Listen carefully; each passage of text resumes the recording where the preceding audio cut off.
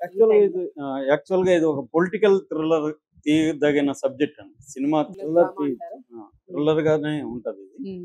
అంటే కరెక్ట్‌గా గాని జాగ్రత్తగా చేస్తే హ్మ్. అంత సబ్జెక్ట్ ఉంది. హ్మ్. దీన్ని చెప్తాను నేను. పసుపులేటి సురేష్ అండి. హ్మ్. అసలు క్యారెక్టర్ పేరు పసుపులేటి సురేష్. పసుపులేటి సురేష్ అనాయన సూర్యాపేట జిల్లాకు సంబంధించి పర్యావరణం అంటే ప్రేమికుడు అతను. ఓకే. అతను అనేక సిమెంట్ కంపెనీల్లో సివిల్ ఇంజినీర్‌గా పనిచేశాడు. హ్మ్. అలాగే ఈ మధ్య కాలంలో దక్కన్ సిమెంట్స్‌లో అతను సివిల్ ఇంజినీర్‌గా చేరాడు. హ్మ్. అయితే అతనికి ప్రకృతి మీద ప్రేమతో ఈ సిమెంట్ కంపెనీలన్నీ కూడా పర్యావరణానికి ఎంతో కొంత హాని చేస్తాయి. అవును. అందువల్ల అతను అబ్జర్వ్ చేస్తుంటాడు. హ్మ్. ఇవి ఏ స్థాయిలో హాని చేస్తున్నాయి, దానికి మనం ఏమన్నా చేయగలమా చేయగలం. అన్న ఒక తపన ఉన్న వ్యక్తి. హ్మ్. అలాగే అతను చేరినాక ఏమైందంటే ఈ దక్కన్ సిమెంట్స్ దాదాపు 100 ఎకరాల అటవీ భూమిని ఆక్యుపై చేసినట్టు గుర్తించాడు. ఓకే. గుర్తించి దీన్ని ప్రజల్లోకి తీసుకెళ్ళాలి, ముఖ్యంగా ప్రభుత్వాలకు తీసుకెళ్ళాలని అతను ఏం చేశాడంటే సీఎం రేవంత్ రెడ్డికి, కేసీఆర్‌కి, ఈమె అటవీ శాఖ మంత్రిగా ఉంటున్న కొండా కొండా సురేఖ్‌కి, సురేఖ. అక్కడ అక్కడ ఆ ప్రాంతం ఉన్న జిల్లా కలెక్టర్‌కి వీళ్ళకందరికీ అతను డీటెయిల్‌గా సబ్మిట్ చేశాడు. హ్మ్. పిటిషన్ పెట్టాడు. హ్మ్. ఎలా అతను ఆధారాలతో పెట్టాడు. ఇది బేసిక్‌గా. అంటే ఇక్కడ సినిమా స్టార్ట్ అయితే హ్మ్. మనకి దీన్ని కొండా సురేఖ ఉపయోగించుకుంది. హ్మ్. హ్మ్. అంటే వీడిని బెదిరించడానికి ఆమెకొకటి దొరికింది. అంటే బెదిరించాలంటే ఆధారం ఉండాలి గదా!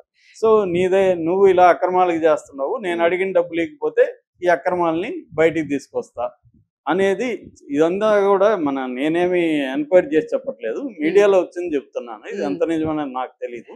అంటే కథగా తీసుకున్నప్పుడు ఇది ఇంట్రెస్టింగ్ కథ. హ్మ్. జరిగిందో లేదో మనకు తెలీదు. విభిన్న కథలొస్తున్నాయి.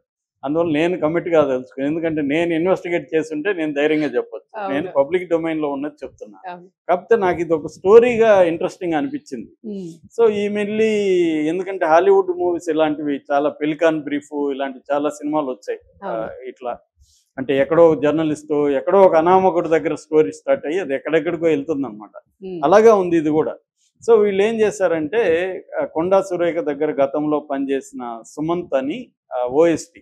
హ్మ్. ఆ ఓఎస్‌డికి ఈమె చెప్పినట్టుగా సో, ఓఎస్‌డి ఒకడే పోయి చేస్తే కష్టం కాబట్టి ఏదైనా రేవంత్ రెడ్డి వాటా రేవంత్ రెడ్డికెళ్ళాలి కాబట్టి, హ్మ్. రేవంత్ రెడ్డికి దగ్గరగా ఉన్న రోహిన్ రెడ్డి ఖైరతాబాద్ డీసీసీ హ్మ్. ఆయన, సుమంత్ కలిసి వాళ్ళ ఆఫీస్‌లో ఈ దక్కన్ సిమెంట్స్ వాళ్ళని పిలిచి వాళ్ళ ముందు ఈ ఈ అబ్బాయి పెట్టాడు కదా! సురేష్. అవును. ఈ సురేష్ పెట్టిన ఫలితం అతనిది. ఫలితం వీళ్ళది. ఇతను పర్యావరణానికి వ్యతిరేకంగా అతను చేద్దాం అనుకుంటా. అతను ఇప్పుడు షాక్ అయ్యాడు. దాన్ని క్రైమ్ అంటే థ్రిల్లర్ నేనేదో చేస్తున్నారు. చేస్తే వీళ్ళు దాన్ని కూడా ఉపయోగించుకొని వీళ్ళు వేరే వాళ్ళు లాభం పొందుతున్నారు. అదే సురేషే ట్రై చేస్తున్నా అక్కడ పాపం ఆయన డీల్ అయింటే ఎక్కడికి పోకుండా సురేష్ బ్లాక్‌మెయిల్ చేసుండొచ్చు వాళ్ళని. కానీ ఆ! సురేష్ పాపం పర్యావరణం కాపాడాలనే ఒక మంచి ఉద్దేశంతో చేస్తే ఆ!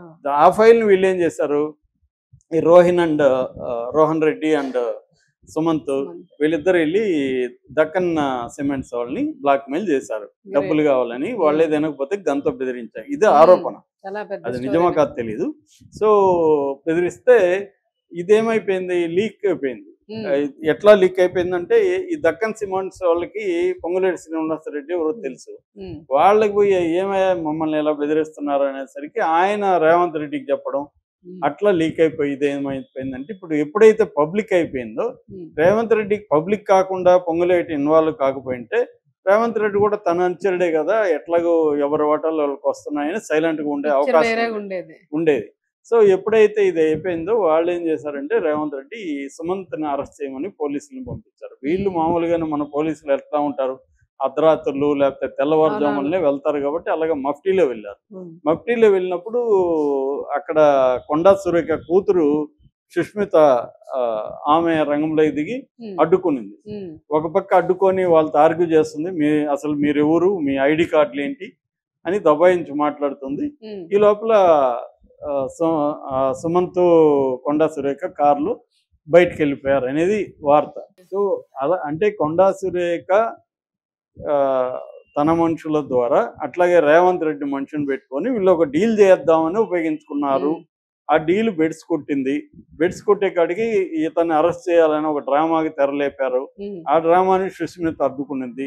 ఇప్పుడు ఏమైంది కొండా సురేఖ్‌కి రేవంత్ రెడ్డి వర్గానికి మధ్య క్లాష్ మొదలైంది. హ్మ్. దాంతో ఇప్పుడు కొండా సురేఖ దీన్ని ఇష్యూ చేయాలని దీంట్లో మళ్ళీ ఏం ఉపయోగపడుతుంది? ఇవాళ రాజకీయాల్లో గెలుపు అనేది ఇంపార్టెంట్, గోల్ రీచ్ కావడం ఇంపార్టెంట్ తప్ప వాల్యూస్ ఏమీ ఉండాల్సిన అవసరం లేదనేది అందరూ నమ్ముతున్నారు. There are no values. ఇప్పుడు కొండా సురేఖ చూసుకుంటే ఆమె లైఫ్ అనేక జంప్ జల్లంగా అంటారు కదా, అలాగా ఆమెకేమి ఒక పార్టీ లాయల్టీ లేదు, ఒక ఫిలాసఫీ ఆమె కాదు, ఎవరికి ఇవాళ ఎథిక్స్ లేదు. రేవంత్ రెడ్డి కూడా అంతకుముందు బీజేపీ దీంట్లో ఏబీపీలో ఉండి తెలుగుదేశానికి వచ్చి కాంగ్రెస్కి వచ్చాడు. రేపొద్దున ఆయనకి కుదిరితే బీజేపీ, ఎవరైనా అంతే. ఇవాళ ఎవరికి చంద్రబాబు ఉన్నాడు, ఆయన కలవని పార్టీ లేదు కదా, అందరినీ కలిశాడు. ఇప్పుడు జగన్ ఉన్నాడు, ఆయనకి ఇక్కడేమో బీజేపీ వ్యతిరేకం, అక్కడేమో బీజేపీతో దోస్తి. కాబట్టి ఇక్కడ ఇవాళ ఎవరికి కూడా ఏ రకమైన ఎథికల్ అండ్ ఇది లేదు. పార్టీ లాయల్టీ ఒకప్పుడు ఉండేది, కాంగ్రెస్ వాది కమ్యూనిస్ట్ అనుకునేవాళ్ళు. ఇవాళ ఆ లాయల్టీ కూడా ఏది లేదు. సొంత loyal to himself are herself అనేది, సెల్ఫిజం అనేది ఇప్పుడు పెరిగిపోయింది, ఇంకా వేరే ఏ ఇజం లేదు.